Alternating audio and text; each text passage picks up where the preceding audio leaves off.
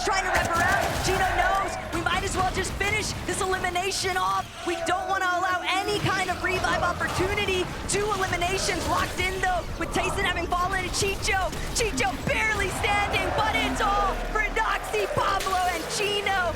But Victor V, Epic Whale, they found themselves a little bit too tangled up here. Reek, Curly, and Cooper certainly have a little bit more priority positioning, but Victor V, he's got to try and hold things down. He wants to provide a little bit of relief towards Epic Whale. They just don't have a whole lot to work with in comparison to Curly, who's just trying to charge, see if he can run Epic down, but Reet now taking the forefront positioning. Reet instead going to be left to fall behind as Epic now scattered, but that's breathing room. Yeah, and this is just a tough position. Seeing both Victor V and Epic Whale's loadout. That they've got to try and capitalize, but they have no idea what kind of duo is crouch lurking behind them. Balor and Adapter. They've also encountered some early strugglers, losing Mansoor since he didn't get the memo. And Adapter and Balor, they don't even get the chance. They thought they were gonna get the jump on Cooper and Curly, but instead it's been 180. They're almost 500 damage below the threshold. Cooper Curly, they don't see if it activates. They won't be able to get that visual, but they will hear the shields crack if it does come down to it. But they're just kind of hunkered down below, biding their time as much as possible. Time that they may not necessarily have. They have extra shields in their loadout, but they don't have any extra HP heals. So sooner or later, they might be pushed into a situation where they have to get eliminations, especially now that a whole nother duo starts to make their way in. That's Tay-Tay and his teammate, but up goes Cooper without no HP. Exactly what I said, they have to go for eliminations, but Balor, he's at least gonna be able to steal away one. That's one less chance, but Storm Surge activates, making it just a little bit easier as Cooper and Curly have to go, and they have to go now. It's a 2-tick. They're on the clock. If a Cooper does it, he dunks on him from above to get the siphon. But the same can't be said for Curly. He has no siphon to profit off of just yet. They're gonna have to find another elimination. They're gonna have to find it now. Adapter has fallen. Cooper and Curly, another rotate. There is no time to stop, especially with Queasy, Swizzy, and Merstash right back at home base on the high ground. That happened so fast, you blink, you might have missed it, because now there's a whole nother team on top. They're getting battled out, chopped down even once, but the consistency for them to remain in the clouds is absolutely amazing. Swizzy, Merstash, and Queasy making it look easy down below. Everybody is at their disposal, and this is where we know what they do. They just target out second height over and over and over. They reconnect along the way, so teams are gonna have to think of something different here compared to yesterday. Savage Chef and Reason seem like they're a little bit more intent on just trying to stake out these front side rotations. But for Clix and Yamzo, it's likely gonna be a backside of zone play. They're gonna have to find a refresh. They have hardly any materials to work with. Yamzo doing what he can to drop whatever build he can for Clix, but there's nowhere safe to tarp out through inside of these lower layers. Everybody is frazzled here. Yapko, Panther, and Seti also in a very strong top 3 position. They want to hold on to it, Jacob. They don't want to let it go. They worked way too hard to get this far. To go down here in 15th place. Storm Surge still active, forcing players to fight one another. Even though they have to rotate to the zone, they're trying to keep their 3rd place spot intact. They're only 8 points behind as we stand in this game, but Merstash, Swizzy, and Queasy are just double tarping, making sure to reinforce, but Veno, their two are trying to look up. At one point or another, maybe 2 zones ago, they were the team on high ground, but it got stolen away. Up goes Acorn! They're ready to battle it out! M8 versus M8 as Poyo's ready to take on the competition, but towards the backside of zone, they chop it all down. Queasy, he saw that one coming from a mile away. That's exactly why they had Merstash overhead, still looking to try and build things out here, but Swizzy blocking off Acorn so professionally. Everybody's been chopped up. They're all falling down. Agers has been eliminated. Poyo and Acorn trying to go right back up on the height, but it's Malabuka, it's Lux, it's Ping. They're the ones that have fully overthrown the high ground. They're the ones that are ready to find their first victory royale. Merstash, Queasy still as a duo, but they're still holding that 1st place spot. Kanata is going to go down.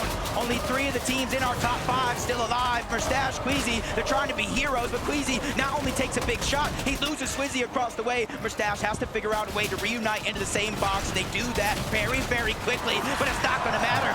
goes down. Mustache gets the elimination, but he's all by himself. The Vermilion sacrifice might have been everything that they needed, though. Mustache tarping like a madman, just trying to block off every possible angle. He knows there might be an opening, a teammate underneath that's just so much worse off than he currently is. But instead, it's both Kanata and Rapid. He's looking to play spoiler, but he can't get enough damage applied. Mustache still, somehow, some way, tarping through this middle layer, and nobody seems to be cutting him off just yet, but he's running out of material, and Malibuca walks from overhead. They've lost Ping. Ping thought that he could take out Darm in the process. Instead, he loses his own life. Somehow, Rapid, Kanata, Bolts all still alive on the low ground. Even with Bolts going down, they got the front side of zone and a chance to get the revive. A couple eliminations being cleaned up. Biko trying to stay alive. Malibuca and Walk still on high ground, raining fire down from above. They get that knock onto Kanata, and you see the Bowberry Fizz coming out. They're getting ready. The inevitability, the drop down from above, it comes in. Kanata gets cleaned up. The Siphon comes into play. Walks is doing damage. Malibuca is causing pain.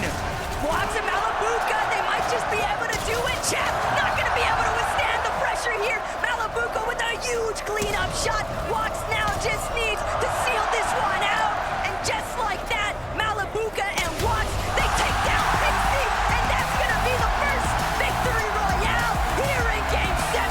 A night and day difference when it comes to how these end games played out. Yesterday, not a single team looked up. Today, 1, 2, 3 or more teams try to fight for it, and it's Malibuca, Walks, and Pings that took it all, Frankie.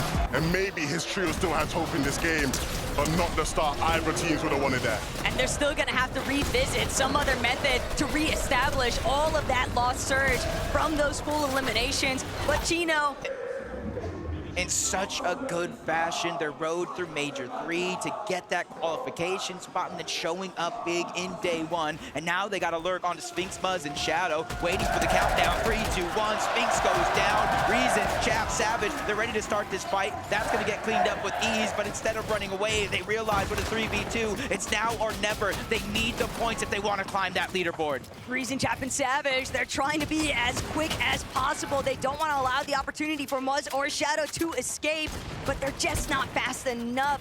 Chap, Reason, Mr. Savage, they're gonna have to be content with the body loot off of Spinx alone. But Chap still seeing if he can try and pull out a little bit more here. Good tags into Shadow's HP bar. They've got Muzz a little bit cornered, but Chap, Reason, Mr. Savage, this is all that they want. They're stuck just outside edge of zone, and they know if they clear out Muzz and Shadow, they're gonna have free rotation path with nobody left behind them. You see Reason, his instincts are to make plays happen. You don't want to be too ambitious, don't want to give them any room to put your team in a bad situation. Mr. Savage taking a big chunk of damage, and that will slow things down just a moment. And again, they did well to get the first. Of course, they want even more out of this. They know these guys are going to be weak. These guys are going to be on the back foot, so they'll continue to pressure, but let's not make any mistakes here, boys. Yeah, they're out of zone. They're kind of thinking not too many teams even hear the noise, but get Zed away and Scarf, but they definitely do, and they're moving in. But Muzz goes down. Chap trying to finish this fight, and they do so. Savage takes down Shadow, but the third party is now making it hard for them to survive. That's the way to do it. You saw Savage, Chap, both shotguns in hand, playing together. Build. You're not going to be able to hold the box at all, but this is exactly how that fight started. A lurk play coming out of a minute. He dropped a mini shed on Higgs' head, and they went in and cleaned up that last elimination onto Clix. And you can see the frustration on Clix's face when he went down. Such a frustrating way.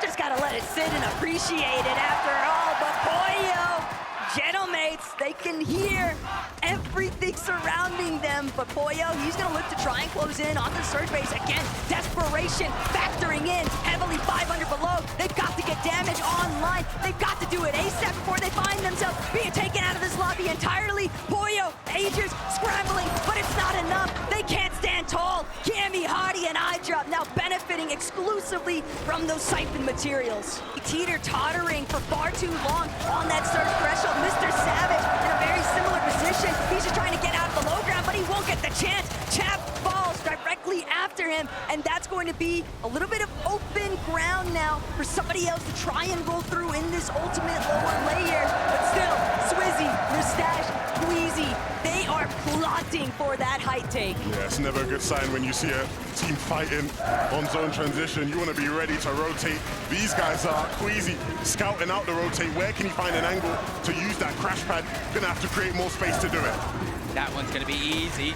Gets to the other side with ease. He's not even distracted by the other players in his path. He knows, get to the front side of zone, control the pace, control the tempo, worry about it later. And there's very few players next to him on that side. Cammy, iDrop, Hottie going to be one of them. But on the high ground, there's not been very many teams that can contest them. Pixie, Marius, Vanya, this could be their chance to get that BR. And they get another elimination on the pump. Can they clean it up though?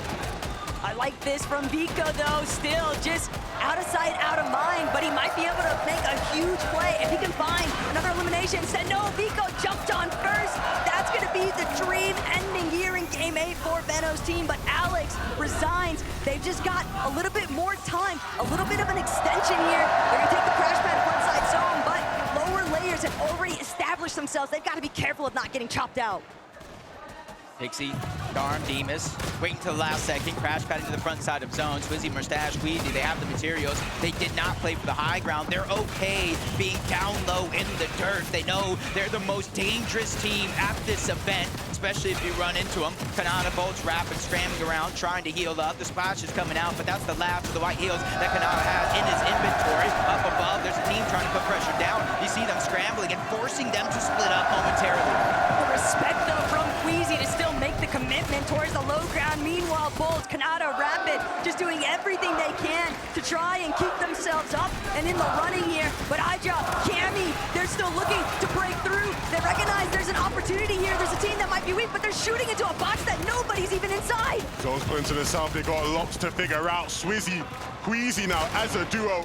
We've seen them dominate from the skies, but how good can you guys take it? Swizzy wants it, looks to chop. Pixie, Marius, Vanya, they've held on well for now, but this is the hard part. Can they continue to hold on as the 11th zone ends? See the double pump coming out from Marius. That's not going to deal a ton of damage or even pressure. Marius is dropping down along with Pixie, staying to the backside of zone. They're making sure nobody can flank him as Bolts takes down Cammy. He is a solo champion on land before, and third parties. He's looking to have a masterclass performance here. 600 points. Swizzy is just trying to keep them going across that finish line, scrambling in and outside of the zone. The Slurp Juice just a little too late. He just can't do it. Storm Sickness coming into effect. They spent so much time outside of the zone, but now Watts trouble on the high ground here for Vanya. Boo Boo. Watts still trying to see if he can commandeer it for himself. Gonna have to use the Flowberry Fizz. Probably only a matter of seconds before he might get chopped down or force the drop and enter the fight down below. Panzer Seti and Yapko, though, 11, they're so healthy. Yapko, they're looking strong, but can they close it out on the low ground? Demus will fall. And so now, Seti, Panzer, Yapko looking to remind the rest of the competition that they are in it for the win. Watts has no more HP to hold on. The tree will be the only thing stopping it. They just need to connect with the final shot, and the Storm will do the job. They are the favorites, but right now in Leon, you must give them respect. They win game number 7. Seti, Yapko, and Panzer. I started the day saying just a few big games away from that top spot. Frankie, they're just a few games away. Right now, we got to worry about what's happening with Prodoxy. Tayson, Atrus is going to be the first one knocked. Prodoxy knows, though, he can't afford to let up the pressure anytime soon, but he can't get close either. He doesn't have a shotgun. He's only got this hammer assault rifle to work with. Pablo, Chino, Prodoxy, though, because of that initial knock and elimination, they're going to have the advantage here. Pablo can't get overhead. Tayson and Chicho are scrambling. Chicho with an excellent shot, delivering straight damage towards Pablo, but it's only Tayson left to try and fend for himself, and the swarm is coming after him. Everything crumbling at his feet. 3v1 situation. Almost even more than that with the bugs taking him down as well. Tayson's gonna fall, and another off-spawn victory for Prodoxy, Chino, and Pablo. But this is like starting from square one. 2 builds. We can see a little bit of where things went south here. Checking back in with Prodoxy, finding that initial knock, leading into the elimination onto Pollo. It's just disastrous right now for Acorn. Not just them, though. No Savage, he was knocked. Chaps are trying to get back into it, but he's gonna fall as well. Him and Reason just go down to Snowy and Sod. Ryu He was eliminated early on, but they have to watch out. The third party's now looking to crash. They know, they heard it. That's Reed Cooper and Curly trying to make up for lost time. They were able to get the revive off, but saw just a sliver of HP, looking for survival. The launch pad comes out, so they have to abandon ship. Cooper sees it into the sky. This is his only chance. They cannot let him survive because they need the points. They need the surge, and they're going to grab it all. In place inside of the storm. Oh no, I saw what happened in the feed, but now we get to see it here. Flixie down. Vico's trying to fight back. He gets the elimination onto Tay-Tay. Rido's essentially going to be by himself, and you see him lurking around. Veno just runs into the brick wall. Rido is there. Oh my God!